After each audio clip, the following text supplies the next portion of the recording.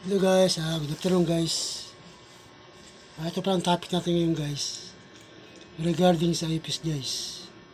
Ipis sa English ay cockroach sa English. Kasi yung iba sa atin guys, takot sa ipis, di ba? Lalo na yung mga babae. Kaya turuan ko kayo kung paano kayo makaiwas sa ipis. Kailangan yung bahay nyo guys laging malinis at mailaw. Lagi sa mailaw para yung ipis. Isang ipis, takot sa ilaw yan guys.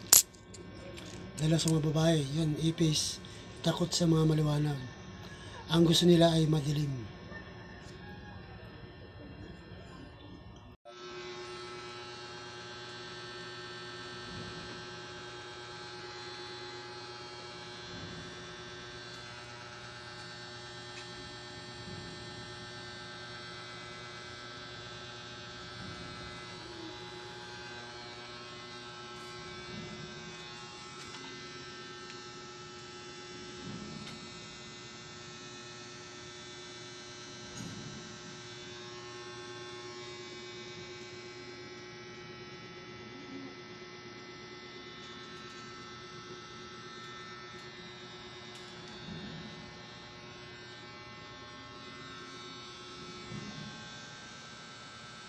Oh my God!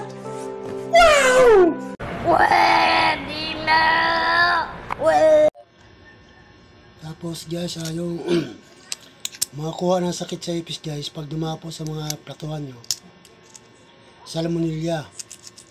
Ang infeksyon naman yan guys, pagtatae, sakit ng tiyan, at pagsusuka. Yun. Pero yung pampatayan guys, akan lang guys. Boric acid. Powder siya. Pwede mo sa ihalo sa asukal. Yun. Tapos ilagay mo sa mga sulok-sulok. O di kaya yung baking soda. Ihalo mo rin sa asukal. Pwede rin. Yung baking soda. Tapos yung pangtaboy guys, sa liquid, pwede rin yung lemon.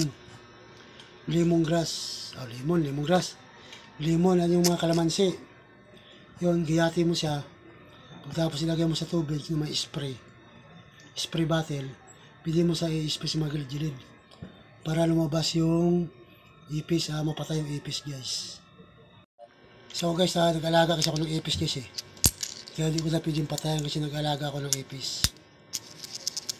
Kasi mahal ang ipis yun guys. Pero sa atin guys, native lang yung ipis sa atin, native.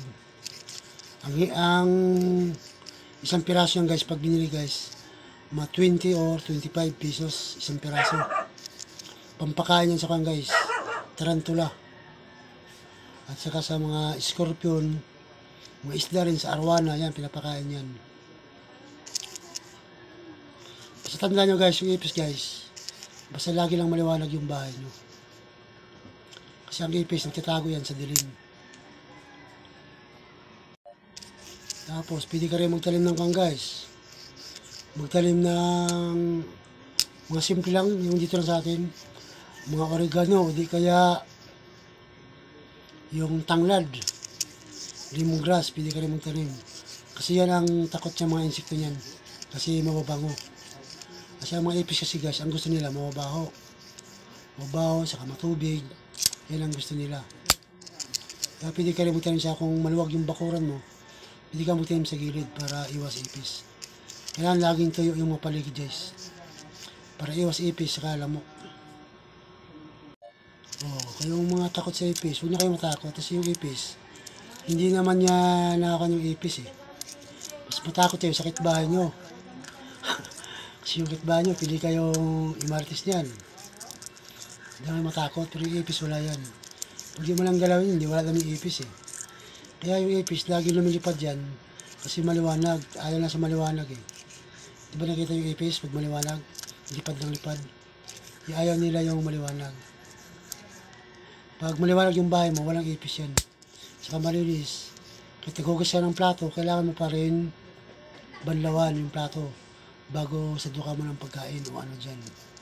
Kailangan dinuan mo lagi. Kasi mahirap yung magkasakitan guys. Salmonella. Kasi yung salmonella guys, isang uri ng bakterya guys na malakas sa bakterya. Nakuha sa ng ipis. Ang sakit niyan, pagsusuka, pagtatae sa kalagnat. Kaya iwasan niya ng ng ipis. Kasi nag-alaga ko ng ipis kasi. Mas wala pala akong lagayan na maganda. Kaya sa pader muna sila. Sana all.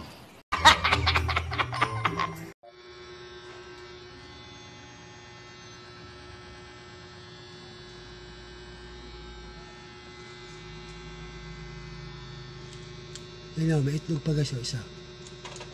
Nangitlog. Pinaparami ko yan guys.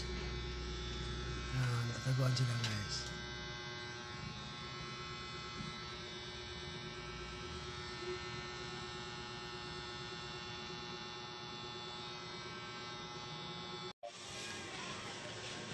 Bago matapos yung video guys, huwag nyo man kalimutan mag-follow, like, and share para alam naman ng iba. Yung ipis hindi pwedeng katakutan. Mas matakot sa sakit bahay mo kasi yung bahay mo, pwede kang libakin yan. Pwede ka imartis. Hey guys, thank you for watching guys.